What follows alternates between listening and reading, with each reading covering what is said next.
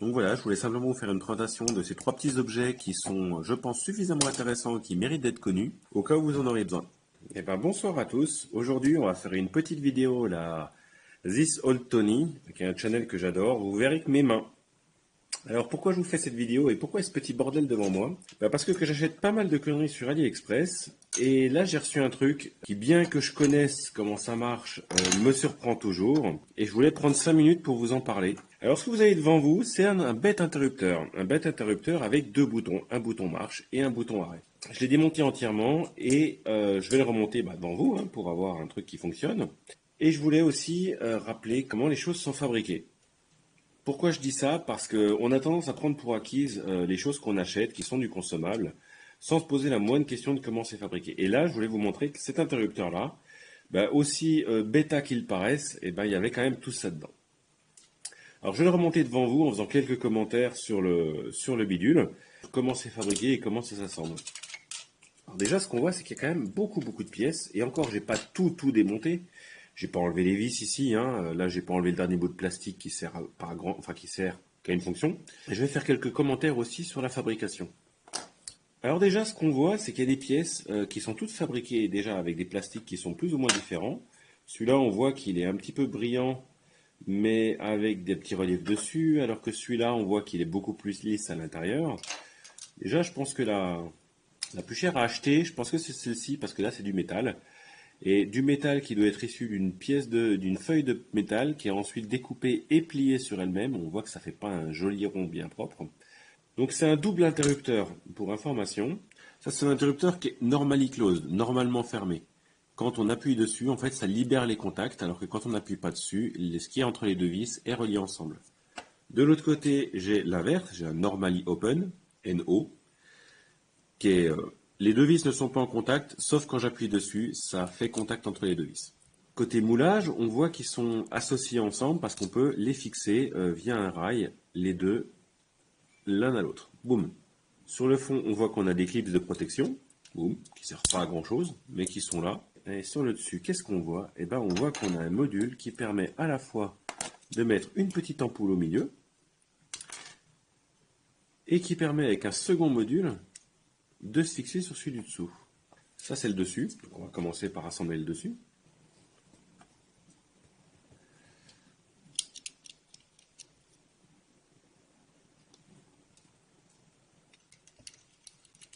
Donc là on voit une première partie qui est la partie supérieure. Les deux contacteurs, on voit qu'il n'y a pas d'interrupteur, tout ce qu'ils font quand on appuie dessus, c'est qu'on appuie sur cette petite pièce là. Donc si on l'utilise beaucoup, ça c'est du plastique, ça va s'abîmer, ça va se creuser, parce que ça, en fait, ça va appuyer là-dessus. Donc là, on prend ça, on le met dans le trou qu'on a prévu, et ensuite, on visse ça avec le pas de vis pour le serrer contre la paroi. Ça, c'est la partie inférieure, ça, c'est la partie supérieure. Et cette partie-là, en fait, elle va servir à faire l'intermédiaire. Cette petite goupille-là, elle a un ergot ici. C'est ce qui permettra de verrouiller la partie supérieure sur la partie inférieure. Là, on ne peut pas le sortir, je l'aligne bien, et là, on peut le sortir. Bon, maintenant, je ne me souviens plus comment c'était mis. Voilà, on rentre ça dedans, on le clipse sur la partie du dessous, en rentrant d'abord par l'ergot. On remet l'ampoule.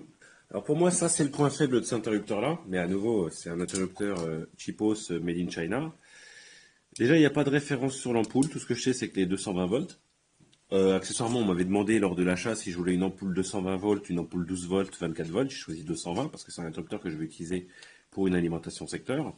Donc l'ampoule, c'est une ampoule à baïonnette qui fait à peu près 8 mm de diamètre. Donc ce qu'on voit ici, c'est que la tôle n'est pas parfaitement cylindrique. Fabrication de cheapos, il n'y a pas de souci. Mais du coup, j'ai un peu galéré pour sortir l'ampoule de son emplacement. Et c'est pas génial. Mais bon, ça n'empêche pas de la remettre. Donc pour finir, on réassemble le tout. On voit du rouge d'un côté et du vert de l'autre. Là, on voit du rouge d'un côté et du vert de l'autre.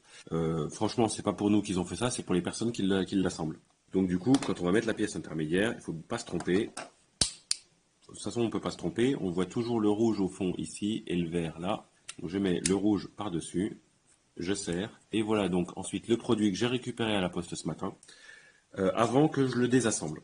Pourquoi je l'ai démonté? D'une part parce que je me demandais tiens comment j'allais l'installer. Bon, c'est là où j'ai découvert le levier, puis qu'on sort ça, puis qu'on le branche dessus, puis qu'on remet et qu'on ferme. Et ensuite je me suis dit, toutes ces pièces-là, non seulement elles ont été fabriquées par des chaînes de production différentes, elles ont été assemblées, Et je sais pas, j'ai pas compté exactement combien il y avait de pièces, mais c'était pour qu'on se rende compte que dans un petit produit comme ça, manufacturé, j'ai oublié de le dire, ça vaut 2 dollars US 35, frais de port compris. Et donc, tu as quand même deux interrupteurs, tu as une ampoule commandée 220 volts, et tu as quand même un boîtier de contrôle qui est tout ce qui est de plus honnête quand même par rapport à ce qui se fait. On a vu, il y a plein de pièces qui ont été fabriquées et assemblées par des petites mains. C'est des vrais êtres humains derrière qui les fabriquent. Hein. Ça va pas être des machines qui les assemblent. On va pas se faire chier à fabriquer une machine pour assembler des trucs à 2 dollars comme ça. Alors pour info, juste c'est un interrupteur 600 volts 10 ampères. Bon, de toute façon, quand on achète des produits chinois, faut pas s'attendre à plus. Faut pas commander des machines de puissance à 5 chevaux et compagnie. Faut être très raisonnable. Mais dans tous les cas, c'est censé faire le job. Tout ça pour 2 dollars. Et j'ai fait cette vidéo en fait parce que ça m'émerveille toujours la capacité qu'ont un certain nombre d'entreprises et de sociétés de fabriquer des choses qui sont quand même relativement complexes, fonctionnelles à des prix défiant toute concurrence. Alors oui, c'est fabriqué par des petites mains chinoises, peut-être des enfants, ça j'en sais rien. Mais en l'occurrence, l'ingénierie derrière, et c'est ça moi qui m'étonne toujours, l'ingénierie de la fabrication et des optimisations de coûts et des processus de fabrication pour aboutir à un objet de cette qualité-là, hein, par rapport au prix que ça coûte, je suis toujours fondamentalement sidéré. Donc, pourquoi j'ai acheté cet interrupteur-là? Pour faire un montage électrique, notamment pour la scie circulaire sous table. Là, on voit qu'il y a 6 connecteurs. À l'origine, si je l'ai démonté, c'est parce que je me demandais à quoi servait chaque connecteur, mais c'était avant que je réfléchisse. Ça, c'est juste les deux connecteurs ici pour un interrupteur qui est normalement ouvert, qui se ferme quand j'appuie sur le 1, et qu'il se réouvre quand je relâche. Les deux connecteurs sur la partie rouge, c'est les connecteurs de l'interrupteur normalement fermé, qui s'ouvrira quand j'appuie sur le 0 et qui se refermera quand je relâche le bouton. Et les connecteurs sur la partie jaune, c'est les connecteurs qu'il faut brancher, et quand il y aura du courant sur ces connecteurs-là, eh ben la loupiote au milieu, elle va s'allumer. Voilà.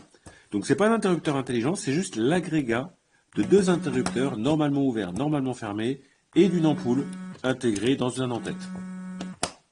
Et donc, pour conclure sur cet interrupteur, pour moi, c'est un super petit produit. Il est parfait, il n'y a rien à redire. Il n'y a qu'un défaut au long terme, c'est que ce contacteur-là et celui qui est derrière, ils sont en plastique, donc ils vont mutuellement se creuser si j'appuie trop souvent dessus. Pour l'utilisation que je vais en faire, ce sera largement suffisant.